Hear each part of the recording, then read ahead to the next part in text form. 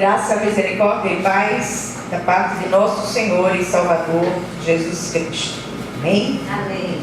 Vamos abrir hoje a nossa Bíblia na carta de Paulo aos Filipenses, capítulo 3. E vamos ler apenas 2 versículos daqui, versículos 7 e 8. Eu vou ler esses versículos na nossa versão, que é a versão Almeida Revista e Atualizada, e vou ler na versão que eu trouxe da Revista e Corrigida. É uma versão mais antiga, uma linguagem mais antiga, mas é muito importante que a gente conheça essa linguagem. Filipenses 3, 7 e 8. Vou ler na nossa versão, na versão que está na sua Bíblia aí. Diz assim a palavra do Senhor: mas o que para mim era lucro, isto considerei perda por causa de Cristo. Sim, deveras considero tudo como perda por causa da sublimidade do conhecimento de Cristo Jesus, meu Senhor, por amor do qual perdi todas as coisas e as considero como refúgio para ganhar a Cristo. Vou ler na linguagem Revista e Corrigida. Diz assim: mas o que para mim era lucro, passei a considerar perda por causa de Cristo. Mais do que isso, considero tudo como perda comparado com a suprema grandeza do conhecimento de Cristo Jesus, meu Senhor, por cuja causa perdi todas as coisas. Eu as considero como esterco para poder ganhar a Cristo. Amém? Amém. A linguagem é mais forte, mas a gente vai meditar um pouco nas palavras do apóstolo. Vamos orar. Senhor nosso Deus e nosso Pai, nós queremos louvar e bendizer o Teu santo nome, rogando a Ti que pelas misericórdias vivas de Jesus o Senhor venha falar conosco através dessa mensagem, e nenhuma vírgula ou tio se perca daquilo que o Espírito de Deus deseja ministrar ao nosso coração nesta tarde. Que seja assim em nome de Jesus. Amém. Amém. Minhas amadas, a gente tem meditado nos últimos tempos em alguns textos que falam de um modo muito especial aos nossos corações. E esse texto especialmente mostra o apóstolo Paulo falando a respeito das perdas que ele sofreu por conta de ter recebido a Cristo. E é interessante que todos aqueles que encontram a Cristo acabam passando por determinadas situações, preconceito familiar e tal. Para vocês entenderem uma coisa, minha família, a geração passada, da minha mãe para trás, ainda chamava os cristãos protestantes de nova seita. Não sei se vocês já ouviram essa expressão. E era uma coisa bem pejorativa, era uma coisa bem... E quando eu me converti ao Evangelho, que eu nunca olho para a igreja, eu olho para o Evangelho, para a pessoa do Cristo. E quando eu me converti a Jesus, misericórdia, o preconceito era muito grande com relação a mim. Muitos se afastaram e tal, mas enfim, eu glorifico a Deus porque um dia o Senhor foi lá e me resgatou. E aí, há uma exortação contra os falsos mestres. Vocês vão ler depois todo o capítulo 3, até para se inteirar um pouco mais daquilo que o apóstolo está falando.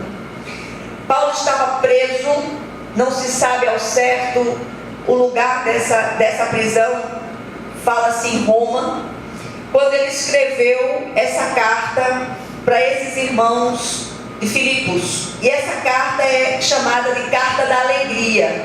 Como é que se explica uma coisa dessa, uma carta da alegria escrita da prisão?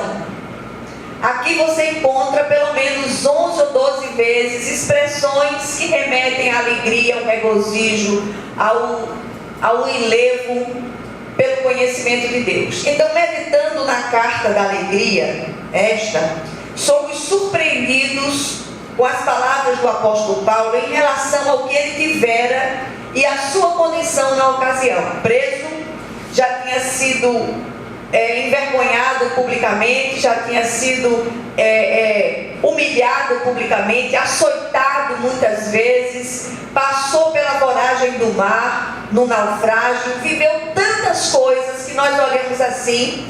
Ele tinha todos os ingredientes para desistir da fé, mas permaneceu firme no Senhor até o fim. E aí, os escritos bíblicos, eles são tão vivos, que mesmo você tendo lido tantas vezes, de repente, um texto que você já cansou de ler, ele se torna algo vivo, inédito, traz uma mensagem nova para você, dependendo da situação que você está vivendo. O Espírito faz emergir aquilo que precisamos ouvir ou entender.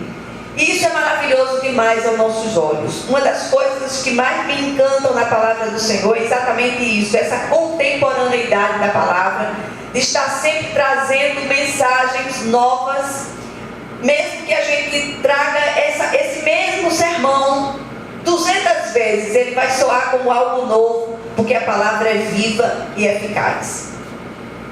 Paulo propõe aqui uma mudança de valores, a renúncia do passado, um alvo para o presente, uma esperança para o futuro, que é a ressurreição do Cristo. E ele traça algumas considerações de tudo quanto houvera perdido em termos humanos, mas descobre que o saldo dessas perdas foi positivo. Então as perdas de Paulo se transformaram em ganho pelo conhecimento do Cristo. Como tem sido difícil falar do Cristo, ministrar sobre o Cristo, falar sobre aquilo que o Senhor opera em nós. E uma das grandes evidências daquilo que o Senhor pode fazer por nós é estar em pé neste lugar, nesse momento. Como o Senhor é maravilhoso, como o Senhor é benigno, como o Senhor é compassivo. Ele é aquele que nos sustenta com a sua mão direita fiel. É aquele que derrama profusamente da sua graça fortalecedora, sustentadora. E essa graça que alenta, essa graça que firma os nossos pés sobre a rocha eterna, que é Ele próprio. Então a primeira das considerações é o seguinte: essas palavras em tempos de teres e haveres parecem soar estranhas aos ouvidos cheios de ganância do nosso tempo.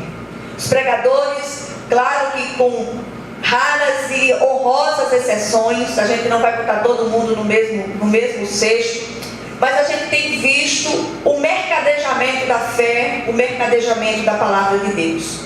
Paulo havia sido um líder conceituado do judaísmo, e ele alerta os seus leitores em Filipos para terem cuidado. Aqui logo no versículo 2 ele diz: acautelai-vos dos cães, acautelai-vos dos maus obreiros, acautelai-vos da falsa circuncisão. Olha que palavras duras ele traz aqui. E ele traz essa palavra de encorajamento da prisão. Do ponto de vista humano, circunstancial, não tinha nada que pudesse respaldar uma carta da alegria como essa. Uma carta de encorajamento, uma carta de ânimo. Alguns estudiosos afirmam que ele possuía bens materiais, e outros chegam a afirmar que ele também havia tido uma esposa que o tinha abandonado por causa da conversão. Eles baseiam essa afirmação no fato de que o apóstolo era um fariseu, e mais que isso, membro do Sinédrio, e uma das exigências ao cargo era ser casado. Então, não há na Bíblia uma evidência disso, mas o fato dele ser fariseu e membro do Sinédrio, uma espécie de advogado, para exercer esse cargo, a pessoa tinha que ser casada, o homem tinha que ser casado. Então, mas seja como for, foram muitas perdas significativas para um ser humano. Esse homem perdeu família, perdeu casa, perdeu bens materiais. Essa suposta esposa também foi perdida. E tudo ele considera como refúgio. Porque aquilo que ele encontrou, aquilo que ele alcançou, era algo indizível. Em segundo lugar, ele disse que o que perdera não era nada comparado à suprema riqueza do conhecimento de Deus. Nada se comparava a isto. Tudo mais, seja o que for, é reputado em nada aqui. Não parece que é isto que vemos à nossa volta. E aí eu queria fazer um parêntese e chamar a atenção de vocês para a teologia da prosperidade que tem sido apregoada, sobretudo na igreja eletrônica, falando de bens materiais, de conquistar bens materiais, de ter um carro novo, de você ter uma casa, você tem que ter outra, você tem que ter outra. E as coisas são sempre voltadas para o material. E a gente está falando aqui, Paulo está falando aqui de interioridade, da suprema grandeza do conhecimento do Cristo. E é isso que nós precisamos buscar com toda a força do nosso coração. E a gente tem insistido no sobrenatural de Deus, não o sobrenatural que tem sido maquiado com gritos, com arrepios. Não é disso que eu estou falando. É de intimidade viva com o Cristo vivo. Entra no teu quarto, fala teu Pai que vem em secreto, e teu Pai que vem em secreto te recompensará. Estou falando para mulheres de Deus que têm passado por momentos dramáticos, difíceis, mas se não fosse o Senhor que tem estado ao nosso lado, como diz o salmista Israel que o diga, os nossos inimigos já teriam nos engolido vivas. Então que a gente possa buscar o Senhor com toda a força do nosso coração. Essa teologia, ela tem prestado um grande desserviço aos crentes contemporâneos, sob todos os aspectos. As pessoas se tornaram escravas desses conceitos que não conseguem discernir a mão direita da esquerda, como os habitantes de Nínive dos dias do profeta Jonas. É só bens materiais. Fulano está com um carro, olha, e ainda bota nos carros assim, foi Deus que me deu. Olha a minha bênção. Sua bênção é só isso? Um carro novo? Não tem bênção maior do que o Cristo vivo habitando em nós. A presença viva do Espírito de Deus em nós. Isso é invisível, minha gente. Não tem como comparar uma coisa dessa. As pessoas se tornaram tão escravas disso tudo que têm perdido a interioridade com o Cristo de vista. Os que são de Cristo verdadeiramente não pertencem mais a este mundo.